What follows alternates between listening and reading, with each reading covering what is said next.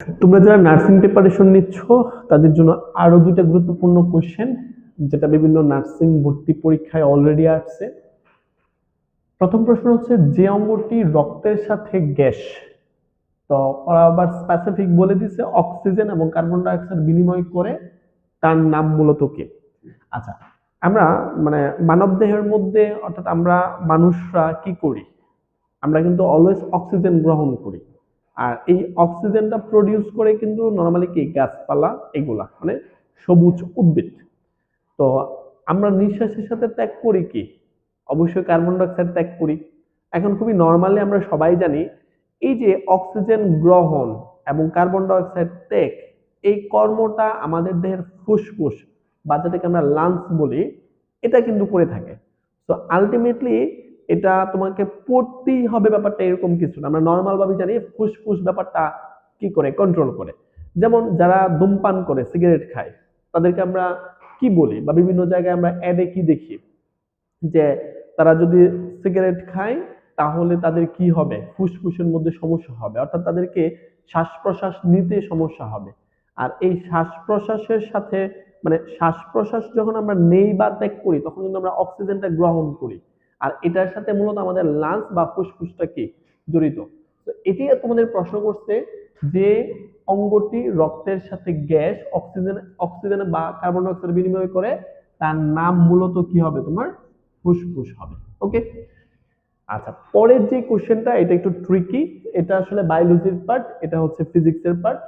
দুইটা গাড়ি এ ও বি একই সরল পথে চলছে। ওকে। তো তোমাদেরকে যদি আমরা একটু বলি, এই হচ্ছে একটা পথ, সেম পথটারে আমি আরেকটা অংশ দিয়ে দেখাচ্ছি। এইখান থেকে একই পথ এটা, এখান থেকে এ যাত্রা শুরু করছে, ঠিক সেম জায়গা থেকে বি ও যাত্রা শুরু করছে। ওরা কিন্তু কথাটা বলছে দুইটা গাড়ি এ ও বি একই সরল পথে চলছে, গাড়ি এ স্থির অবস্থায় থেকে। তাহলে আমি একটা জিনিস জানি, গাড়ি এর আদি বেগ হচ্ছে কি 0। তুমি ইউ এ লিখতে পারো, যেটা গাড়ি এর কথা বলা হচ্ছে। স্থির অবস্থা থেকে 2 মিটার পার সেকেন্ড, তাহলে গাড়ি এ এর ত্বরণ হচ্ছে twice meter per second square. আচ্ছা, ত্বরণ মানে এত ত্বরণে চলা শুরু করে একই সময়ে, ঠিক এ যখন শুরু করছিল বি ঠিক একই সময়ে, মানে একই সময়ে গাড়ি বি গাড়ি এ এর একই স্থান হতে সমবেগে, তাহলে তার যে বেগটা সেটা হচ্ছে সমবেগ, এটাকে আমরা বি দিয়ে প্রকাশ করি এবং তার মান হচ্ছে 20 মিটার পার সেকেন্ড। সমবেগ চলা শুরু করে। এখন প্রশ্ন হচ্ছে কত সেকেন্ড পর, কত সেকেন্ড পর গাড়ি এটা গাড়ি বি কে দৌড়তে পারবে। ওকে। তো আমরা প্রথমেই ধরলাম যে টি সেকেন্ড পরে একজন আরেকজনকে ধরতে পারবে। হ্যাঁ, তো আমরা অঙ্কটা যখন ডিটেলস করব তখন লিখবো এইভাবে, ধরি ধরি টি সেকেন্ড পরে, টি সেকেন্ড পরে গাড়ি এ গাড়ি এ গাড়ি বিকে গাড়ি বিকে ধরতে পারবে। ওকে। এই হচ্ছে আমাদের মোটামুটি কথা। ধরি টি সেকেন্ড পরে গাড়ি এ গাড়ি বি কে ধরতে পারবে। এখন গাড়ি এ যদি গাড়ি বি কে ধরতে পারে, তাহলে এখানে কিন্তু এ গাড়িটা সমত্বরণে চলতেছে আর বি গাড়িটা সম বেগে চলতেছে। এখন ওরা যখন টি সেকেন্ড পরে গাড়ি এ গাড়ি বি কে ধরতে পারবে, এই সময় তো তারা একটা দূরত্ব অতিক্রম করছে, অবশ্যই তাদের একটা দূরত্ব অতিক্রম করছে। মনে করি আমরা তারা ঠিক এইখানে আইসা ধরতে পারলো, তাহলে এ আর বি এর অতিক্রান্ত দূরত্ব কি সেম হবে না? অবশ্যই সেম হওয়ার কথা, কারণ যেহেতু ওরা একই স্থান থেকে যাত্রা শুরু করছে এবং যখন একজন আরেকজনকে টাচ করবে বা ধরবে বা ক্রস করবে ওই জায়গাটাও সেম হবে। আমরা এটাকে এটুকু ধরলাম। তাহলে যদি এ থেকে এটুকু দূরত্ব এস হয়, তাহলে বি থেকে এটুকু দূরত্ব এসই হবে।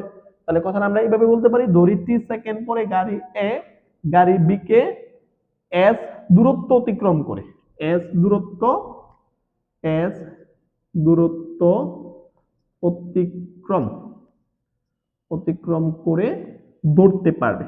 আচ্ছা, দৌড়তে পারবে। এখন তোমরা যারা মোটামুটি 9-10 ফিজিক্স পড়ছো, আমরা সবাই জানি সমত্বরণের ক্ষেত্রে এস নির্ণয় করার সূত্র কি? S equal UT plus half AT square.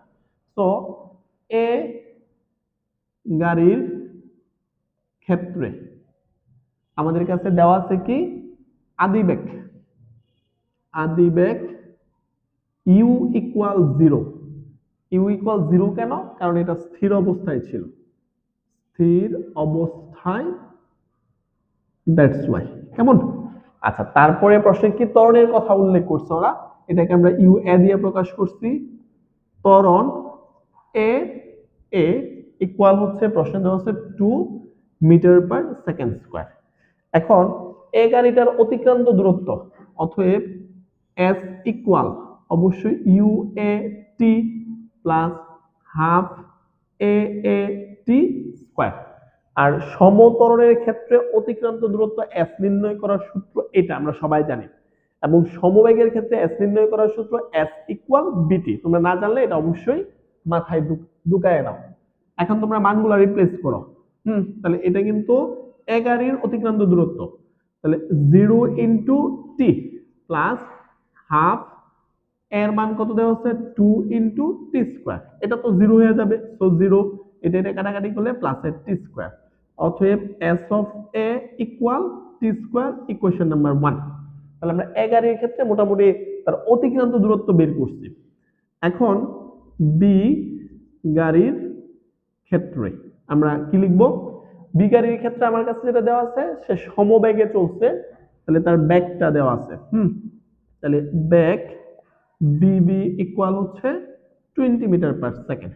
তাহলে এটার ক্ষেত্রে আমরা লিখতে পারি এস বি ইকুয়াল হচ্ছে বিবি টি, মানে এস ইকুয়াল বিটি।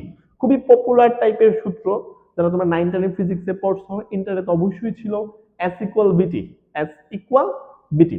এখন আমাদের বি এর মান কত দেওয়া আছে? 20 দেওয়া আছে, সো আমরা কি লিখতে পারি 20t। অতএব এস বি ইকুয়াল হচ্ছে, এটা 2 নং সমীকরণ। তো প্রাথমিক লেভেলে তোমাদের বোঝানোর চেষ্টা করছি যে এখানে কি শর্ত মতে কি এ গাড়ি যেটুকু দূরত্ব অতিক্রম করছে এক্স্যাক্টলি বি গাড়ি সেটুকু দূরত্ব অতিক্রম করছে। তাহলে আমরা শর্ত মতে কি লিখতে পারি? শর্ত মতে S of A equal S of B. তাহলে এস অফ এ এর মান হচ্ছে টি স্কোয়ার, আর এস অফ বি এর মান হচ্ছে 20t। কেমন? আমরা এটাকে পক্ষান্তর করে এই পাশে নিয়ে আসি, তাহলে হবে হচ্ছে কি টি স্কোয়ার মাইনাস 20t ইকুয়াল 0।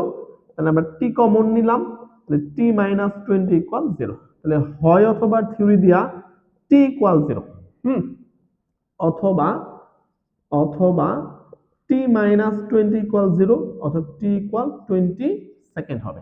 অর্থাৎ গাড়িটা দুইবার মানে কি হবে, ওভারল্যাপিং করবে, ক্রস করবে, অথবা দেখা দেখা হবে। একটা হচ্ছে যখন সময় টি ইকুয়াল 0 ছিল, অর্থাৎ যখন এই যে ম্যাথটা শুরু করা হয়েছে, মানে একবারে স্থির অবস্থা থেকে প্রাথমিক লেভেলে এরা পরস্পরকে মানে এক জায়গা থেকে যাত্রা শুরু করছিল।